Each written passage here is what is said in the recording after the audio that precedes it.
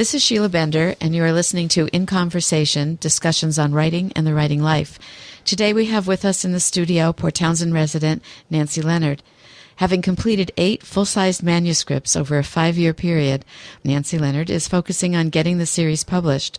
Minor characters took on a life of their own, she reports. I loved them, ached with them, pushed them on, and told their stories too. In the process of writing the series, I discovered the glory of northern Montana and the friendship and encouragement of Blackfeet Native American friends. Several Blackfeet are editing and helping me develop realism and authenticity of their modern-day points of view and cultural backgrounds. It has been one of the great privileges of my life to be accepted into their world and to experience one of the most glorious places on the planet. She adds that she has rekindled an interest in acoustic guitar and now plays a mixture of folk rock blues music. She frequently travels from her home in Port Townsend to Seattle to see her favorite rock groups and singer-songwriters. Many of her favorites are mentioned throughout her novels. In the process of researching a character who is a pilot, she started taking flying lessons. Welcome, Nancy.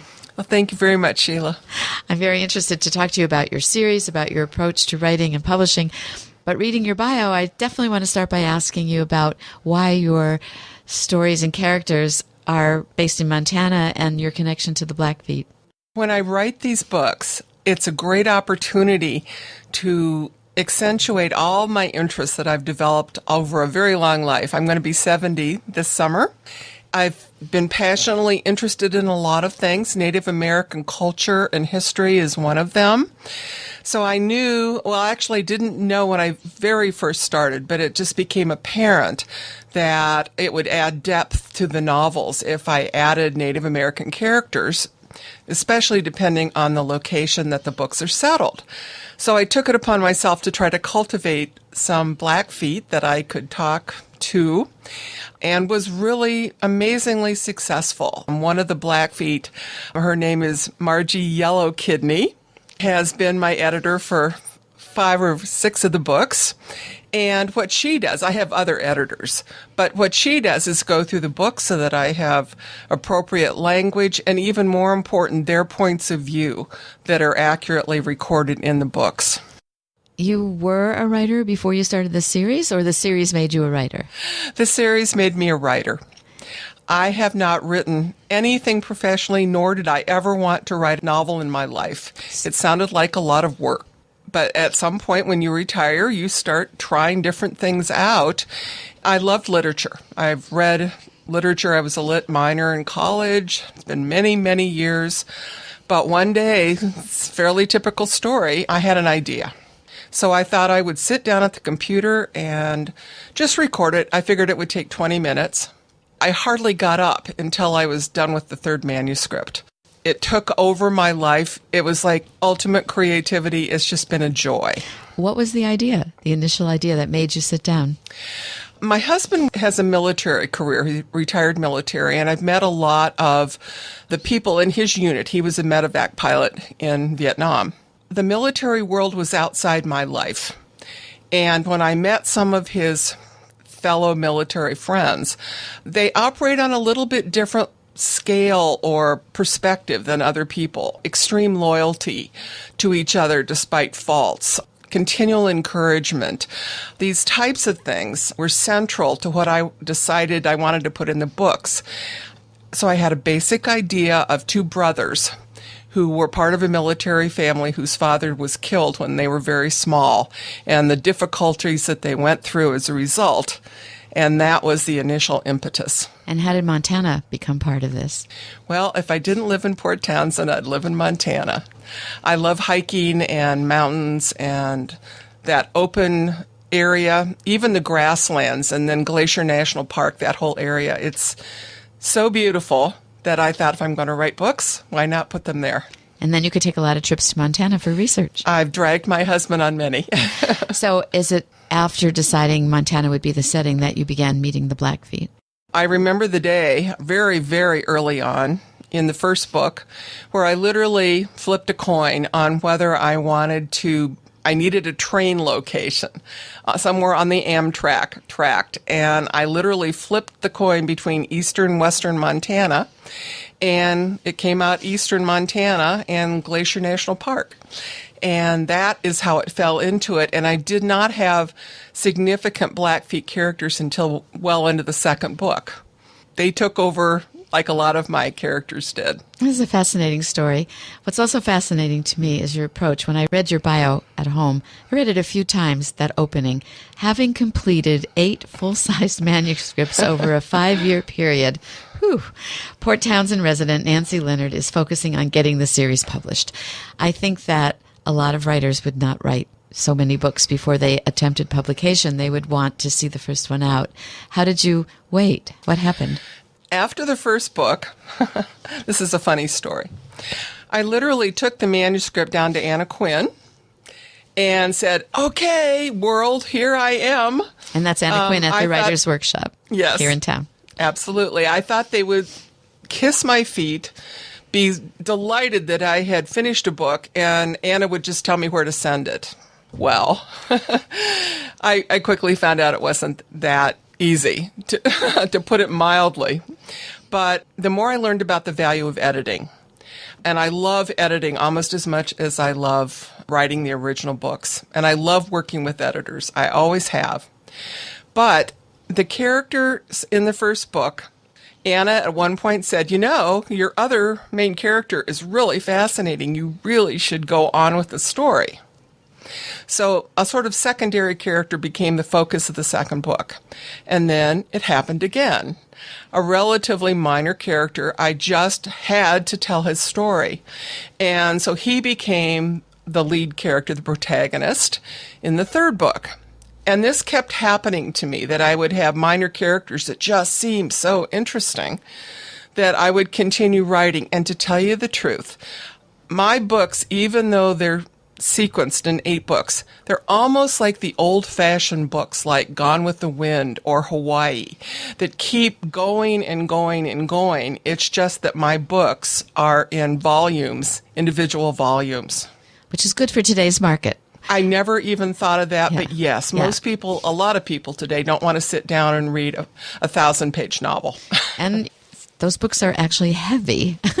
One of the things I became aware of with books that are very long is that they don't quite fit in your backpack so well, or your purse, or they're just heavy. So I think that keeping an audience going and interested is what publishers are after, and it sounds like a good idea. So eventually you did find a publisher for the first 2. How did you do that? If you know anything about book publishing, traditionally you start out sending query letters, and then you get a million rejections. It's very, very difficult. Very difficult. A friend of mine in town, Terry Passan, suggested that I submit my first manuscript to his publisher. He thought they might be interested, and they were. And I was just delighted. They picked up the second book and probably would have published all of them, but the competition in the publishing world has gotten dog eat dog also. And this fairly large publishing firm went under, taking something like 500 or 600 authors with them. I then started searching, and then was fortunate enough to find another publisher. I've been extremely fortunate, extremely fortunate. So persistence. Have to persist with your book, have to persist with the editing, and then you have to persist with the publishing venture, whichever way you choose to publish. If you're looking for a publisher, even if you're self-publishing, the work is time-consuming, and we become very hopeful that our book will see the light of day to other people, so it keeps us going, right? Of all the things I've learned about writing is that it's an emotional journey, and it's like a roller coaster. I have a very even, optimistic personality, but the upheavals of publishing, get really excited and everything's going to go really well, and then something horrible happens, and then you have to start over. I don't even like the word tough-skinned, because none of us writers are tough-skinned, really. Underneath, we're vulnerable to the world's market, the way things move, and you just have to deal with it. It's the one down on writing. Everything else has been gloriously wonderful, but perseverance, you just have to have confidence in yourself and keep going. It's a good lesson. But one thing, as you're talking, I'm thinking that whole journey is something like a book. Because if our characters didn't have obstacles to overcome, there would be no story. Our writing life has that kind of story as well as our characters. So tell us a little bit about the book and maybe an excerpt from one of them. Okay. As we've been talking about, the books are set in Montana. But just to give you an overview of how far these books go, I have, as I said, various passions, things that I'm interested in. One of the books goes so far afield as to talk about the difficulties in Iran and a rescue that goes on to spirit someone out of the country. I'm interested in prison reform, and so several of my books have characters that were incarcerated as very young people and needed a second chance. So I go into some of those areas. My format gives me an opportunity to go in a variety of directions, but they're very deeply character-driven, and they're also deeply plot-driven. And they're also really multi-genre. They're not a thriller. They're not a suspense. They're not a mystery. They're all of those things. Even my publishers, we grapple with it. It's called multi-genre, and that's actually pretty popular right now. But it was an accident. It just happened. What was your career? I'm just interested because I'm wondering if what you did before you retired has an influence on your books. No, none of I spent 37 years being a physical therapist. Ah, interesting. And had a very scientific career. I majored in biology in college and went to Northwestern for physical therapy training a long time ago. I loved the science elements, but there was this whole creative side in there. At least this is a very different kind of creativity, but it's been wonderful. Yeah. Do you sometimes feel like you're channeling these characters, like they're beings? Oh, they're all me. Yeah. One thing that's really unusual, I think, men seem to like my book as much as women do. And one of the reasons is that there's a fair amount of action, but for some reason, I seem to be able to get inside men's heads and think the way they do. And I've always had a great respect for the differences between men and women. And that comes out in my books. I enjoy the way men think. I enjoy the way they contribute. And their trials and successes and failures are in some way different than women's. And those are reflected in the books, too. If you just joined us on KPTZ 91.9 FM, Port Townsend, you are listening to In Conversation, discussions on writing and the writing life with Sheila Bender. Today, Sheila is talking with Port Townsend resident Nancy Leonard about writing and publishing her 8-book Relentless River novel series. Is it time for us to hear something? I'm going to read an excerpt from the first book. The basic way to get to this part of the book is that these two brothers have had a horrible falling out. It involves their mother being actually killed. Around that incident, the brothers are horribly, horribly estranged. So the one brother decides that in order to get back at his other brother, who is seemingly succeeding where he's floundering, is to kidnap his girlfriend. So that's where we come in. This has not gone well for the kidnapper.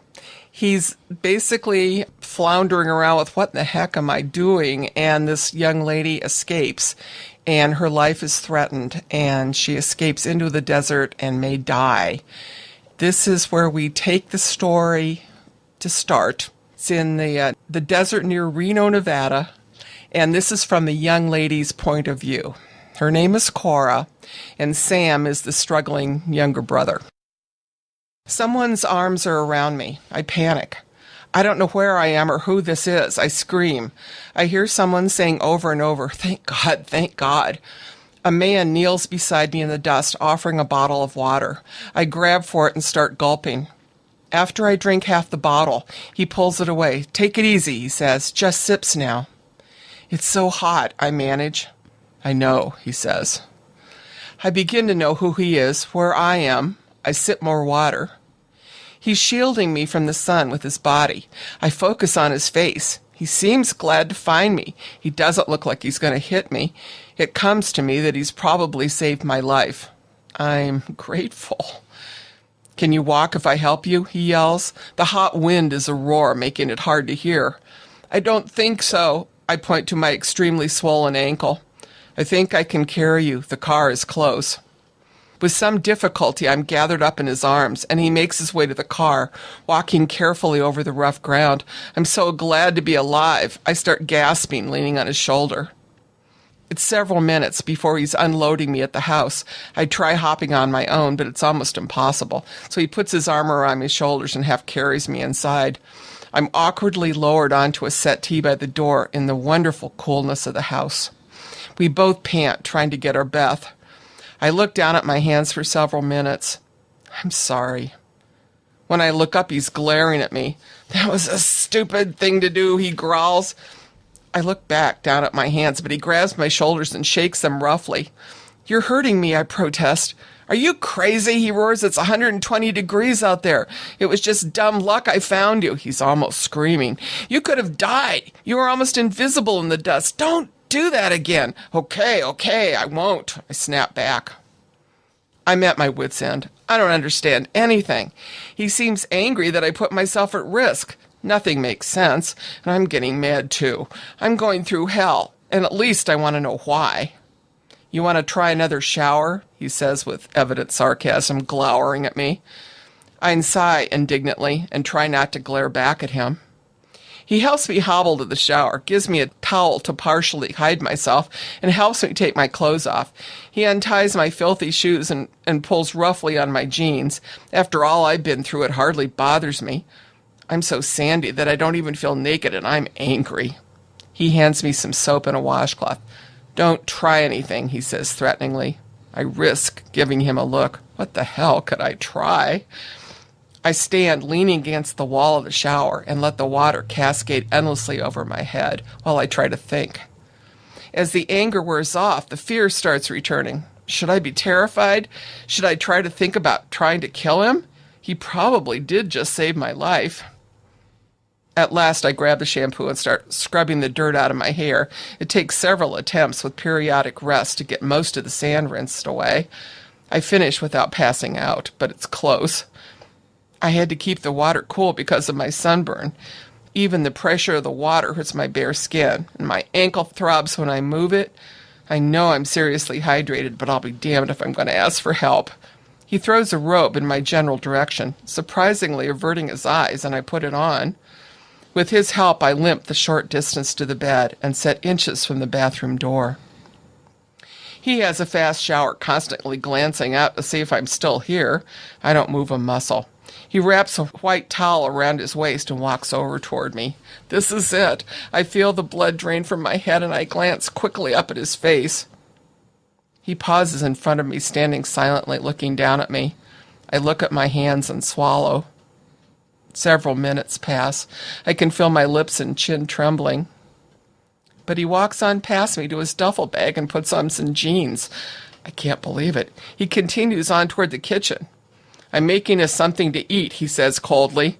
I sit there, a bundle of nerves. I hear sounds rattling from the kitchen. A pan slammed down, a refrigerator door slammed and reopened. I hear his voice. How do you like your eggs? He sounds less angry. Scrambled, I yell back, and then I think I'm losing my mind. Maybe I should ask him if he has any mushroom or spinach. No, I'm sure I'm crazy. There's food, he says loudly in a few minutes.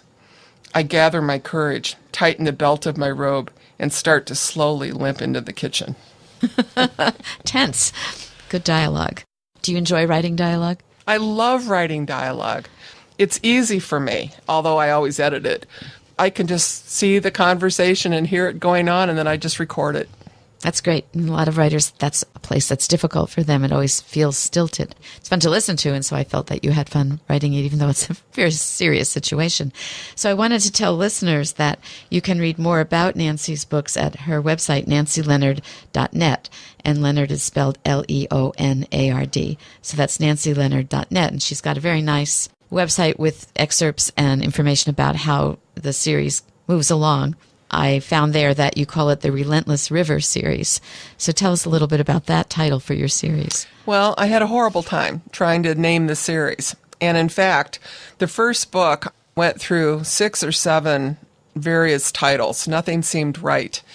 And finally, the metaphor of the river as being life, flowing on, being constantly modified by inflowing streams, It just seemed appropriate. Plus, the area that I specifically write about is on a beautiful river on the Blackfeet Reservation called Two Medicine River. It's in my mind, the back of my mind, all through these books. And so the Relentless River series came about, and then I thought, what's the beginning of a river? The headwaters. So and that's how the original title came. And what are the other titles in the series? Headwaters is the first book, and Becomes a Horseman is the second book. Those are the two that are out. The third book is going to be called The Earth's Backbone, and that's what the Blackfeet call the Rocky Mountains. And it's also a book about two cultures trying to get along, to understand each other. The fourth book is Cast No Shadow. The fifth book I'm not sure of, but Scent of Ozone is a possibility. The sixth one, All My Brothers. The seventh, Lost in My Mind. The eighth one is What If You're Wrong? It has to do with wildland firefighting and people who make decisions, and if they're wrong, it can go very badly. Wow, they're all very interesting titles. Do you have any kind of timeline on the third one that'll become available? Funny you should ask. I've been talking to my direct agent. It looks like it's going to be early fall. That's getting there. That's close. Yeah. I'd love to put out one book every 9 months. That seems reasonable to me. And it has taken longer this time because I had to find a new publisher and then they had to start over.